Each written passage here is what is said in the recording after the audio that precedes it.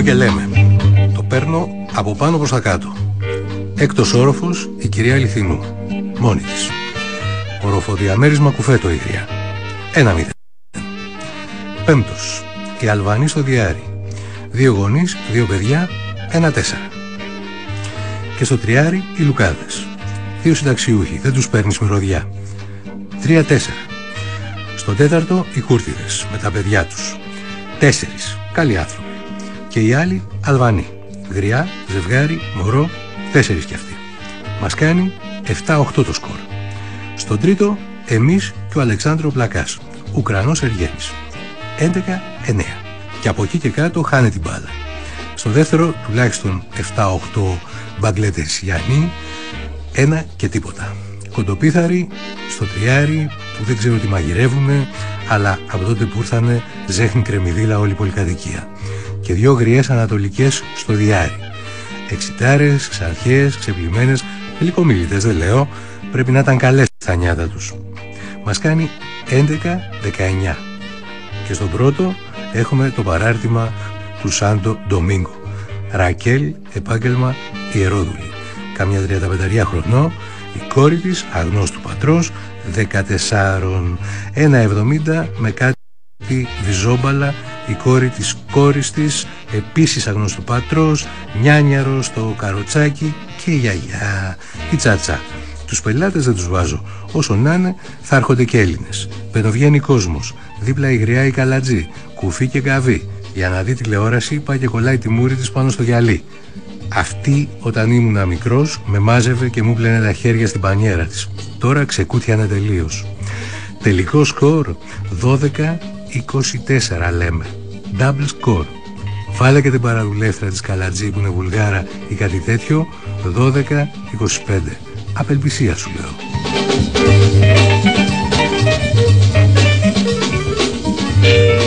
Στην αρχή δεν με ενοχλούσαν προσωπικά, αλλά εγώ αλλιώς είχα συνηθίσει να πούμε.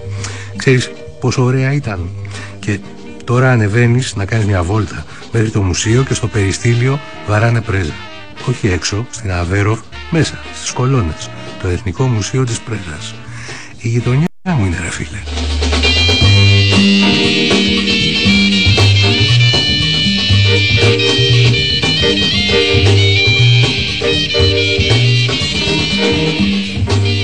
Αυτό το ξεκίνημα, η αρχή του βιβλίου «Η Βικτόρια δεν υπάρχει». Γιάννης Τσίρμπας ο συγγραφέας. Ο Γιάννης Τσίρμπας που κάθεται απέναντί μου τώρα εδώ στο στούντιο του πρωτογράμματος της δημόσιας ραδιοφωνίας για την πρώτη του νουβέλα. Γεια σας. Ναι, η πρώτη μου νουβέλα είναι. Καλώς ήρθατε. Καλώς σας βρήκα, ευχαριστώ που με καλέσατε. Όχι, ευχαριστώ που με καλέσατε. Είναι κάτι βέβαια που ευγενικά το ακούω να το λένε, αλλά ξέρετε, εδώ καλούμε μόνο αυτούς που μας αρέσουν, άρα ευχαριστώ εγώ που ήρθατε. Ευχαριστώ που σας αρέσουν. Λοιπόν, ναι. Ωραία γραφή, ωραίο βιβλίο, ωραία νουβέλα. Ωραίο δείγμα γραφής τέλος πάντων. Για ξεκίνημα νομίζω ότι είναι έως και εντυπωσιακό. Για πείτε μου λίγο κύριε Τσίρμπα, πώς ξεκίνησε η διαδικασία της γραφής για σας και με αυτό το θέμα, αυτή την επιλογή θέματος και αυτή τη χρήση γλώσσας.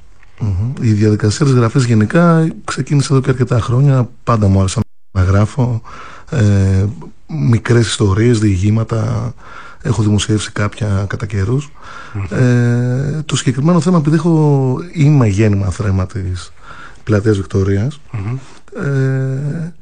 σιγά σιγά μαζεύοντας. Μένετε τώρα εκεί? Τώρα πια δεν μένω εκεί, αλλά για 35 χρόνια από τότε που γεννήθηκα μέχρι όταν ήμουν 35 έμενα εκεί. Δεν έχετε φύγει πολλά χρόνια? Όχι, δεν είστε πολύ πάνω. Είστε γύρω στα 38, έτσι? Ναι. Δεν πειράζει που το λέμε. Όχι καθόλου. Και ο τρόπος που γράφω εγώ είναι να ακούω. Να ακούω, να συλλέγω ιστορίες, να συλλέγω τρόπους που μιλάει κάποιος ή διαλέκτους ή περίεργες λέξεις. Πάντα σημειώνω πράγματα που ακούω και μου κάνουν εντύπωση. Και επειδή το περιβάλλον που κινούμουν ήταν αυτό, συνειδητοποίησα ότι το υλικό που μαζεύω τελικά το ενώνει ο τόπος του με κάποιο τρόπο. Οπότε δεν ξεκίνησα στρατηγικά, ας πούμε, ή προγραμματικά να γράφω κάτι για την πλατεία Βικτωρίας, για τη σημερινή κατάσταση στην πλατεία Βικτωρίας. Ή επειδή είναι έτσι τα πράγματα τα τελευταία πόσα χρόνια, ακριβώς. 10? Ναι, ίσως και παραπάνω, ίσως και λιγότερο, ναι. Αλλά ούτε με χρονικό προσδιορισμό, ούτε με στρατηγικό πλάνο. Αλλά επειδή τα βιώνατε, ας πούμε, τα ακούγατε καθημερινά. Και τελικά βγήκε έτσι. Ζούσατε εκεί για πολλά χρόνια και προέκυψε έτσι. Είναι εντάξει, δεν έχει καμία σχέση με ντοκιμαντέρ, μην παρεξηγηθώ, ούτε έχετε σκοπό να περιγράψετε πώς έχουν τα πράγματα. Εσείς επιλέγετε να μιλήσετε μέσα από το στόμα ενός που λέει αυτά που διάβασα και εγώ στο ξεκίνημα, στην πρώτη σελίδα της νουβέλας σας, και τη δεύτερη λίγο, έτσι διπλώνει, για να κάνει μια πλήρη περιγραφή και να διατυπώσει την πρώτη του μεγάλη ενόχληση για την πληθυσμιακή αλλίωση της περιοχής του, καταρχάς. Να πω δύο λόγια για την δομή του βιβλίου. Είναι αυτός ο ήρωας, ο κεντρικός ήρωας, ας πούμε, ο οποίος ταξιδεύει με το τρένο και απέναντί του έχει κάποιον άλλον, κάποιον άγνωστο σε αυτό, που με τη συνθήκη ότι όπως όλοι όταν ταξιδεύουμε στο τρένο δεν θα συναντηθούμε ξανά. Αυτός αρχίζει και ξεδιπλώνει όλο αυτό, ένα στρίμωγμα που έχει. Εμείς τον βλέπουμε μέσα από τον άλλον, έτσι, αυτόν που τον βλέπει να λέει όλα αυτά. Είναι σαν να ακούμε μέσα από τα αυτιά του άλλου, αλλά και εσείς ακριβώς μιλάτε μέσα από το στόμα αυτού του ήρωα που έχετε επιλέξει. Σε κάποια σημεία μέσα στην αφήγηση μεταξύ μπαίνουν κάποιες παρένθετες ιστορίες, οι οποίες δεν είναι από το σήμερα, ούτε από αυτή την κατάσταση, ούτε από αυτή την εποχή, είναι από παλαιότερες εποχές, όπου και πάλι οι άνθρωποι βέβαια δεν περνάγανε και πολύ καλά, ούτε ήταν πολύ άνετοι, ούτε πολύ χαλαροί, ούτε ανώτεροι, παρόλο που είναι μόνο Έλληνες. Οι ήρωες των προηγούμενων ιστοριών, φτιάχνοντας έτσι, προσπαθώντας να φτιάξω ένα συνεχές του ζορίσματος και του στριμώγματος των ανθρώπων, στο οποίο και ο τόπος, δηλαδή η Βικτόρια, νομίζω ότι τελικά αναδεικνύεται, παίρνει τη θέση ήρωα μέσα στο βιβλίο. Ναι, θέλετε να πείτε ότι το ζόρι δεν είναι καινούριο και η βία επίσης δεν είναι καινούρια στη Βικτωρία. Ακριβώς αυτό. Στη πλατεία Βικτωρίας. Ακριβώς αυτό. Αυτό λέτε. Και αυτό καταδείχνεται μέσα από τις πολλαπλές αυτές αφηγήσεις και κυρίως τα εμβόλυμα, που είναι αποκλειστικά του παρελθόντος και των Ελλήνων. Και η γλώσσα αυτή την ακούτε, είπατε ήδη ότι είναι αυτό που ακούγατε γύρω. Δεν νομίζω ότι είναι αυτό που επιλέξατε από όσα ακούγατε γύρω, έτσι. Τι είναι αυτό που σας τράβηξε περισσότερο σε αυτή τη χύμα, έτσι, λαϊκής φόρμας γλώσσα, η οποία δεν μιλιέται και ακριβώς εδώ που τα λέμε. Δεν ξέρω δηλαδή αν είναι περισσότερο ένα πραγματικό αποτύπωμα ενός κατοίκου της πλατείας Βικτωρίας σήμερα, ή αν είναι αυτό που νομίζει ένας συγγραφέας ότι είναι ένα αποτύπωμα ενός λαϊκού ανθρώπου της Βικτωρίας. Καταλαβαίνετε τι εννοώ? Ναι. Νομίζω ότι δεν έχει σημασία αυτό καθ' αυτό, δηλαδή αν υπάρχει κάποιος εκεί έξω που μιλάει αυτή τη γλώσσα. Αυτό που ήθελα εγώ, γιατί αυτό είναι το από κάτω θέμα του βιβλίου, είναι να δω πως οι άνθρωποι οι οποίοι δεν είναι δεν βρίσκονται δεν είναι εντελώς αμόρφωτοι, δεν είναι εντελώς ανενημέρωτοι, που αποτελούν ένα μεγάλο κομμάτι της κοινωνίας, πως σιγά σιγά σταδιακά ένα μεγάλο μέρος αυτών αρχίζουν και αποκτούν μια αποστροφή για τον άλλο, για τον απέναντι, για τον δίπλα. Οι άνθρωποι αυτοί, προφανώς ενδεχομένως να έχετε δίκιο ότι κάποιος δεν συμπυκνώνει όλα αυτά στο πρόσωπό του, όμως έχουν ένα συνοθήλευμα μιας γλώσσας καθημερινής ή απλής, η οποία έχει μέσα της πολλά στερεότυπα, τα οποία στερεότυπα κοινότοπα εντελώς, γιατί αυτό είναι τα στερεότυπα, τα οποία ακόμα και οι ίδιοι δεν τα καταλαβαίνουν, ακόμα και οι ίδιοι δεν τα καταλαβαίνουμε. Είναι απλοί άνθρωποι, είναι καθημερινοί άνθρωποι, μπορούν να έχουν χιούμορ, και ταυτόχρονα μπορεί σταδιακά μέσα από το λόγο τους να βγαίνει και μια πολύ έντονη βία. Αυτός ο μηχανισμός απέχθειας που δημιουργείται σε πολλούς ανθρώπους και που θέλετε εσείς να τον περιγράψετε και να τον αποτυπώσετε, μάλλον να τον αποτυπώσετε και εμέσως να τον ερμηνεύσετε. Θέλετε να τον ερμηνεύσετε αμέσως εδώ, με λόγια δικά σας? Πώς δημιουργείται αυτός ο μηχανισμός απέχθειας, δηλαδή? Στο βιβλίο δεν θέλω να τον ερμηνεύσω. Νομίζω κάθε αναγνώστη θα σκεφτεί πως προκαλείται δίνεται κίνητρο να το ερμηνεύσει ο κάθε αναγνώστης. Σωστά. Αυτό.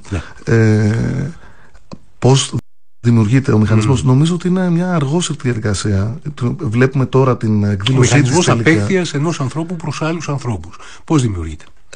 Είναι μια αργόσυρτη διαδικασία, η οποία βασίζεται σε πάρα πολλά πράγματα. Νομίζω ότι ένα από τα κυριότερα πράγματα είναι ότι δεν μάθαμε ποτέ να είμαστε μαζί. Μάθαμε να είμαστε ο καθένας μόνος μας. Όταν λοιπόν ζορίζουν τα πράγματα, οι διπλανοί μας από δυνητικοί μαζί γίνονται δυνητικοί απέναντι. Οπότε αυτό είναι το έφορο έδαφος πάνω στο οποίο δημιουργείται απέχθεια, αποστροφή, βία και όλα τα υπόλοιπα. Επίσης, ο ρατσισμός, ας πούμε, για να του δώσουμε και ένα όνομα, μία πτυχή σε αυτό το πράγμα για το οποίο συζητάμε, πολύ συχνά είναι παρατηρημένο και θεωρητικά να μιλήσουμε ότι εκδηλώνεται απέναντι σε κοντινούς μας και όχι σε μακρινούς μας. Κάποιος λέει, ας πούμε, ότι ο ρατσισμός είναι το μίσος για την απέχθεια του άλλου, για την απόλαυση του άλλου. Όταν λοιπόν στην ίδια γειτονιά ο διπλανός μου περνάει καλύτερα από μένα και εγώ είμαι ζορισμένος, αν δεν έχω μάθει να συμβιώνω με μια άλλη κουλτούρα, με μια κουλτούρα του μαζί και όχι του καθένας μόνος του, τότε είναι πολύ πιθανό να καταλήξω να αρχίσω να συγκροτώ αυτή την απέχθεια για την οποία μιλάμε. Αυτό βέβαια δεν είναι ένα φαινόμενο συνηθισμένο. Δηλαδή θέλω να πω, δεν είναι ότι βλέπουν οι κάτοικοι της πλατείας Βικτόριας. Τώρα μιλάμε για αυτούς, επειδή σε αυτούς αναφέρεστε. Θα μπορούσαμε με αφορμή. Θα μπορούσαμε είναι οπουδήποτε αλλού, στο Λεκανοπέδιο ή σε άλλη πόλη της Ελλάδας, γειτονιά, ξέρω εγώ. Δεν είναι ότι βλέπουν τους άλλους, περνάνε καλύτερα οι άλλοι. Είναι προφανές ότι αυτοί είναι φτωχοπρόδρομοι, φτωχοδιάβολοι, που βλέπουν απέναντί τους και τους ενοχλούν όμως. Δηλαδή, μάλλον είναι σε χειρότερη μοίρα από τους ίδιους. Κάποιες φορές είναι, κάποιες φορές δεν είναι. Όχι. Γιατί, εγώ ομολογώ δεν έχω μείνει στην πλατεία Βικτορίας, δεν την έχω βιώσει δηλαδή ως κάτοικος ποτέ. Περνάω πολύ από εκεί, έχω περάσει στο παρελθόν και τώρα ακόμα και προχτές έτσι πέρναγα από εκεί για κάποιους λόγους. Είναι μια περιοχή με την δική της καθημερινότητα, τη δική της ρουτίνα. Βεβαίως, γιατί πήγαινα εκεί σε ένα θέατρο, ας πούμε, από κάτω από την πλατεία Βικτορίας. Δηλαδή, είναι και το θέατρο, έχει 2-3 θέατρα. Βλέπεις τον άλλο που θεωρητικά, ιδεοτυπικά δεν πρέπει να είσαι κοντά σε αυτόν. Γιατί αυτός είναι μετανάστης, γιατί είναι πολύ φτωχός, είναι κατατρεγμένος. Και διαγιγνώσκεις όμως ότι τελικά το επίπεδο ζωής σου και κυρίως η γειτονιά σου, που η γειτονιά δίνει μια ταυτότητα πάντα ο τόπος που μένεις, βλέπεις μπροστά σου ότι μένεις στον ίδιο χώρο με αυτόν. Μπορεί να είναι λίγο χειρότερα από σένα αυτός, όντως, έχετε δίκιο. Και αυτό παρόλα αυτά ενοχλεί. Ναι. Αν δεν έχεις ένα υπόστρωμα μιας κουλτούρας διαφορετικής και αν δεν τα μηνύματα που λαμβάνεις, ο κυρίαρχος λόγος νομίζω δεν είναι ένας λόγος συμβίωση αλληλεγγύης, είναι ένας λόγος που καλλιεργεί αυτό το πράγμα. Πολύ συχνά από πολλές πηγές κεντρικές έχουμε ακούσει λόγια τα οποία δεν πάνε προς την κατεύθυνση της συμβίωσης των ανθρώπων, αλλά πάνε προς την αντίθετη κατεύθυνση. Όταν λοιπόν βλέπεις τηλεόραση όλη την ημέρα, μένεις στην ίδια γειτονιά με ανθρώπους που σύμφωνα με τη δική σου κουλτούρα δεν έπρεπε να είσαι μαζί τους, νομίζω ότι αυτό δημιουργεί κακώς προφανώς αυτή την τάση της απέχθειας. Αυτό που λέτε εσείς βέβαια είναι διαφορετικό από αυτό που λένε οι υποστηρικτές αυτών των ρευμάτων, που λένε ότι δεν έχει να κάνει με το τι είναι ο άλλος και με το τι, αλλά με το ότι ξέρω εγώ δεν τολμάμε να βγούμε έξω από τα σπίτια μας, μας κλέβουν, μας σκοτώνουν, μας βιάζουν, μας αποκεφαλίζουν. Αυτό το λέει η τηλεόραση κυρίως νομίζω. Εγώ τώρα προσπαθώ να μεταφέρω γιατί θέλω να μου δώσετε μια απάντηση πάνω σε αυτό. Εγώ νομίζω ότι οι άνθρωποι. Δηλαδή, ένας χρυσαυγίτης, θα το πω και έτσι, θα πει ότι αυτή πέρα από αυτά που κρύβει μέσα του, ότι αυτοί δεν είναι ισότιμοι άνθρωποι με αυτόν, γιατί κάπως έτσι πιστεύω κι εγώ ότι θεωρεί μέσα του και γι' αυτό πηγάζει, από εκεί ξεκινάει το μίσος και όχι από κανένα λόγο. Αλλά αυτό το ντύνει όμως με το ότι η γιαγιά δεν μπορεί να περάσει απέναντι, θα την κλέψουν, θα την ληστέψουν, τη νέα θα την πειράξουν, θα τη βιάσουν έως και θα τη βιάσουν, δεν ξέρω. Κοίταξτε, εσείς έχετε ζήσει εκεί, είναι έτσι? Όχι, δεν είναι ζούγκλα. Είναι αυτό που λένε έλα να ζήσεις εσύ εδώ και τα λέμε μετά. Νομίζω ότι δεν είναι έτσι. Εσείς που ζούσατε μέχρι τα 35 σας εκεί και τώρα είστε 38 και τα θυμάστε, τι λέτε? Και τώρα ακόμα οι γονείς μου εκεί πηγαίνω κάθε μέρα, καθημερινά εκεί βρίσκομαι. Υπάρχει μια κανονική καθημερινότητα, μια ρουτίνα, μπορείς να κυκλοφορήσεις άνετα, δεν λέω τη νύχτα ενδεχομένως πουθενά να μπορείς να κυκλοφορήσεις άνετα, δεν ξέρω, ή θα πρέπει να δούμε και κάποια επίσημα στοιχεία. Δεν είναι όμως εμφανές αυτό το πράγμα και νομίζω ότι οι άνθρωποι στη σημερινή εποχή, και αυτός είναι ο δεύτερος, ο ακροατής ας πούμε ήρωας του βιβλίου, ανοίξει αυτή την κατηγορία, χρειάζονται να τους ερμηνεύσει κάποιος την πραγματικότητα που ζουν. Μόνοι τους αδυνατούν πολλές φορές οι άνθρωποι να ερμηνεύσουν την πραγματικότητα στην οποία ζουν. Μία λοιπόν, ένας κάτοικος της πλατείας Βικτωρίας, ο οποίος βλέπει στις ειδήσεις ρεπορτάζ τα οποία παρουσιάζουν τη γειτονιά του σε εμπόλεμη ζώνη, η οποία όμως δεν είναι στην πραγματικότητα, ή τέλος πάντων να σου συζητήσουμε αν είναι, κατά τη γνώμη μου δεν είναι όμως, και το λέω έχοντας πολύ μεγάλη εμπειρία. Ναι, αν κάποιος λοιπόν του παρουσιαστεί, του ερμηνευτεί, του πλαισιωθεί ως εμπόλεμη ζώνη με συγκεκριμένους υπέτειους για αυτό το πράγμα, τότε τείνει να αποκτήσει την ερμηνεία, να υιοθετήσει την ερμηνεία αυτή. Οπότε βλέπει και ο ίδιος τη γειτονιά του ή τους γείτονές του με το μάτι που μαθαίνει να βλέπει. Μιλάμε λοιπόν με τον κύριο Γιάννη Τσίρμπα, ο οποίος είναι ο συγγραφέας της νουβέλας «Η Βικτωρία δεν υπάρχει», με δύο ήρωες πρωταγωνιστές, ο ένας πολύ ομιλητικός, ο άλλος καθόλου. Είναι πολύ καλός ακροατής. Του τσιγκλάει βέβαια και λίγο να συνεχίσει να μιλάει, γιατί έχει μια δονοβλεψία. Του αρέσει λίγο αυτά που ακούει, του αρέσουν λίγο, παρόλο που δεν έχει πάει ποτέ στη Βικτόρια. Ναι, του αρέσει αυτό το κλίμα που μεταφέρει ο άλλος, που είναι ένα πολύ επιθετικό κλίμα εναντίον των μεταναστών. Έτσι, με όλα αυτά τα οποία ακούγονται εναντίον τους, σαν αίσθηση από κάποιους από τους συμπολίτες μας. Και έχετε και μια άλλη ιδιότητα, δεν είστε απλά, δηλαδή δεν είστε μόνο κάτοικος Βικτωρίας, 38χρονος συγγραφέας, αλλά και είστε και λέκτορας στο πανεπιστήμιο, έτσι. Ναι. Να πω γι' αυτό τι κάνω στο πανεπιστήμιο, πώς σχετίζεται με τη... Νομίζω δεν σχετίζεται καθόλου. Σχετίζεται κάπως. Νομίζω ότι διαφορετικά πράγματα μου καλύπτει το ένα και διαφορετικά το άλλο. Νομίζω ότι δεν σχετίζεται. Βέβαια, όλα όσα είναι κάποιος βγαίνουν όταν γράφει, στη γραφή του ή σε αυτά που γράφει, σίγουρα θα βγαίνουν. Νομίζω ότι δεν σχετίζεται, γιατί η λογοτεχνία είναι ακόμα και αν μας δίνει την αφορμή έτσι, για ωραίες κουβέντες περί του κοινωνικού ή περί των συνθήκων που κάτι συμβαίνει, μέσα στις οποίες γράφει κάποιος, νομίζω ότι πάντα η λογοτεχνία έχει να κάνει με ατομικές ιστορίες, με φέτες ζωής, με συναισθήματα, με λεπτομέρειες πολύ ιδιαίτερες. Ενώ αντίθετα η κοινωνική επιστήμη, ας πούμε, που εγώ σε αυτό το χώρο κινούμαι, έχει να κάνει με αθροίσματα, με σύνολα, με κοινές συνισταμένες ανθρώπων, με τάσεις. Η λογοτεχνία μόνο δεν μπορεί να μιλήσει για αυτά. Ή δεν μπορείς να κάνεις μόνο καλή λογοτεχνία μιλώντας γενικά. Πρέπει να μιλήσεις ειδικά, πρέπει να μιλήσεις για κάτι συγκεκριμένο. Οπότε είναι δύο πράγματα που φαινομενικά τουλάχιστον μάλλον καλύπτουν διαφορετικές περιοχές.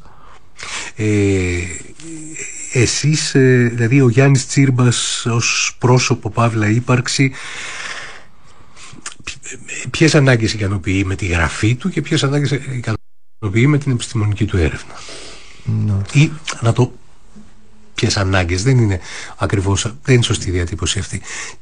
Τι είναι αυτό που σας καλύπτει η γραφή, η λογοτεχνία δηλαδή, και τι είναι αυτό που σας καλύπτει η επιστημονική έρευνα?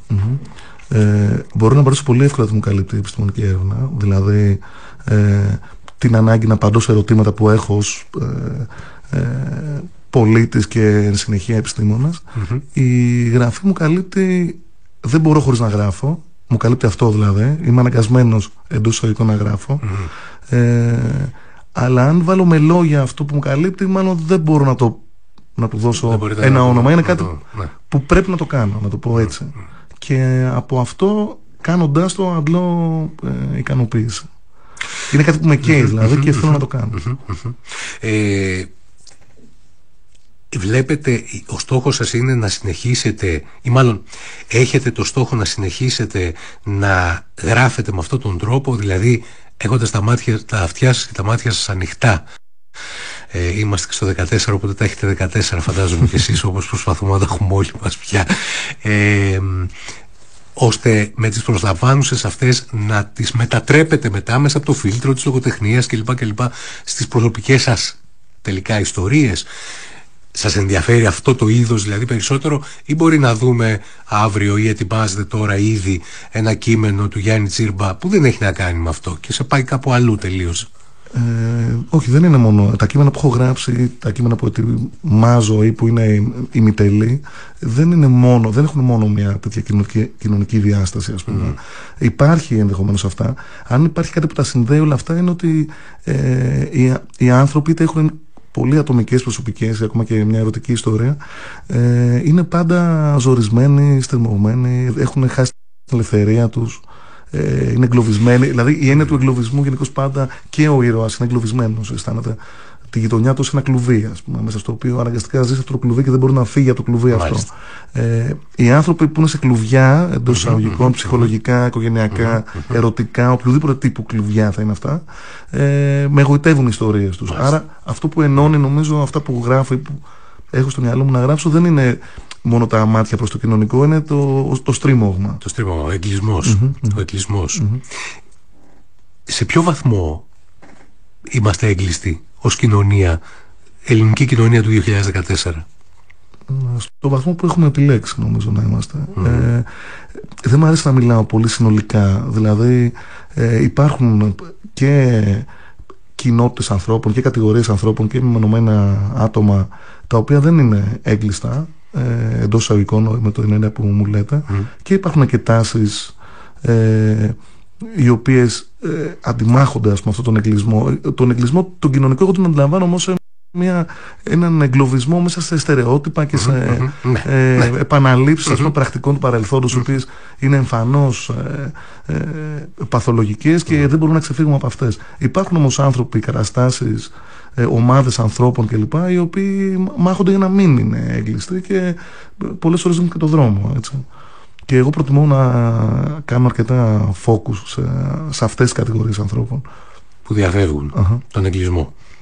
Νομίζω ότι όντως ένα περίγυρο όμως που επιβάλλει τον εγκλισμό. Ναι, νομίζω ότι ναι. Μάλιστα. Τελικά η Βικτωρία υπάρχει ή δεν υπάρχει? Νομίζω υπάρχουν πολλές Βικτόριες. Δεν υπάρχει μόνο μία. Υπάρχουν πολλές, αναλόγως πώς τις αντιλαμβάνεται ο καθένας, πώς ζει μέσα σε αυτές, και το πώς αντιλαμβανόμαστε τα πράγματα καταλήγει να είναι και τα πράγματα έτσι όπως αντιλαμβανόμαστε, έτσι. Μάλιστα. Η Βικτωρία λοιπόν δεν υπάρχει. Γιάννης Τσίρμπας, εκδόσεις Νεφέλη, η πρώτη νουβέλα. Ευχαριστώ πολύ. Έχετε κάτι τώρα υπό έκδοση? Όχι ακόμα. Όχι ακόμα. Λοιπόν, να το έχετε. Να το αποκτήσετε εντός του επόμενου χρονικού διαστήματος. Σας το εύχομαι. Ευχαριστώ πολύ, κύριε Τσίρμπα, για τη συμμετοχή στην εκπομπή μας. Και εγώ ευχαριστώ πολύ.